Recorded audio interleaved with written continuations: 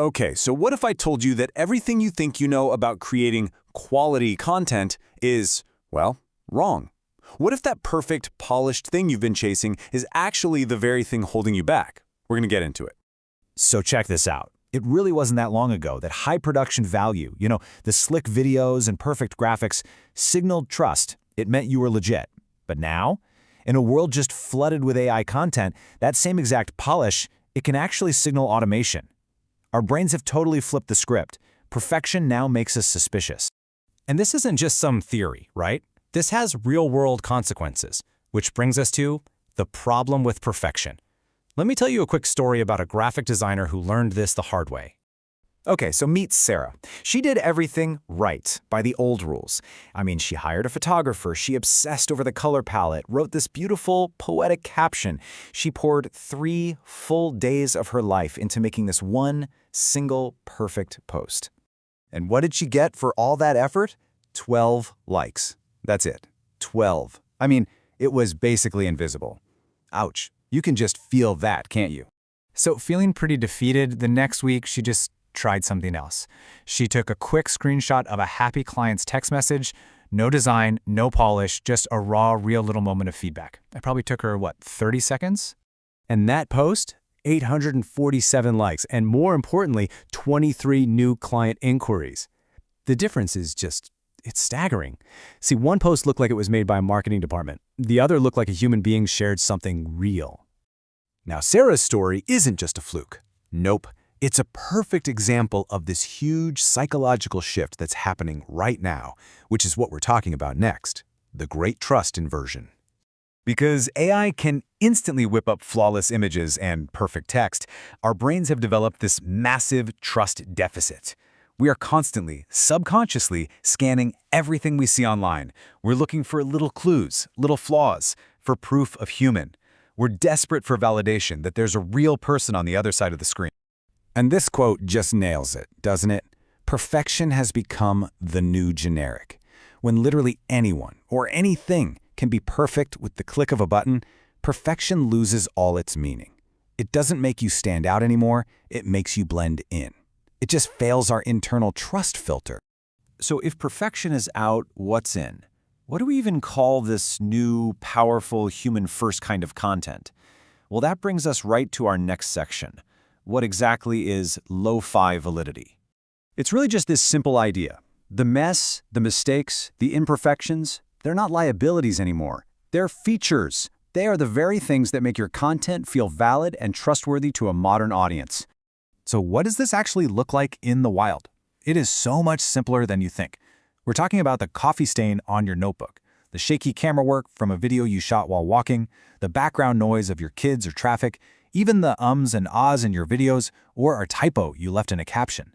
These aren't signs you're an amateur anymore. They're signals of authenticity. And you want to know the best part of this whole shift? It means you already have everything you need to create powerful connecting content, which is why this next section is called Your Boring is Brilliant. Okay, this is absolutely crucial. Your messy day-to-day work process is way more compelling than your perfect finished product. Why? Because anyone can fake a pretty picture of a result. It is so much harder to fake the real, tedious, boring work that goes into it. Showing the process is verifiable proof that you're the real deal. And this works for literally everyone. An accountant posts a quick photo of his calculator after a long day of tax returns. That proves he's in the trenches with his clients. A baker shows her 4 a.m. alarm going off. That shows the real sweat behind her beautiful cakes. A consultant sharing a photo of their messy handwritten meeting notes, that proves they're actually listening and thinking. This is what builds a real connection. Okay, so I know what you're thinking. Great, I'll just post garbage.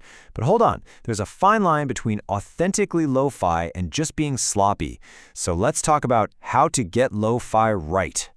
The most important mindset shift you can possibly make is this, right here.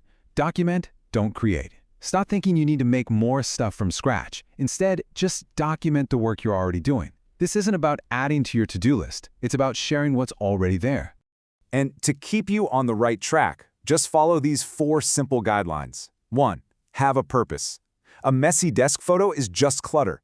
But if you add the caption, this is what solving a huge client problem looks like. Now it's a story. 2. Stay relevant. Make sure your messy process connects to something your audience actually cares about. 3. Be consistent.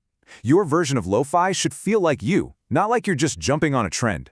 And finally, number 4, and this is a big one. Show the stakes. Always connect what you're doing back to a real human outcome or a client's goal. All right, let's get down to the bottom line in our final section, the payoff and the challenge.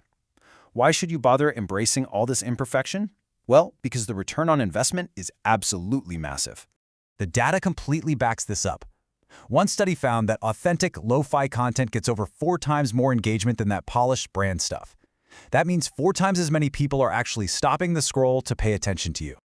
But wait, this is the number that really matters. That same content, it generated nearly 7 times more direct messages and inquiries. So here's the takeaway. Perfect content gets a passive like. Real content starts a conversation, and conversations lead to business.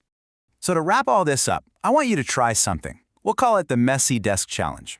The whole goal is just to break that perfection habit right now. Set a timer for 5 minutes. Take a photo of your workspace just as it is. Don't clean it. Write a quick caption about what you're working on and then post it. Immediately. No overthinking, just do it. And that really just leaves us with this final question. We spend so much time polishing our work that we end up polishing away the very thing people actually connect with, our humanity. The biggest opportunity for you right now is to stop hiding and start showing the real, messy, brilliant work you do every single day. So you ready to show it?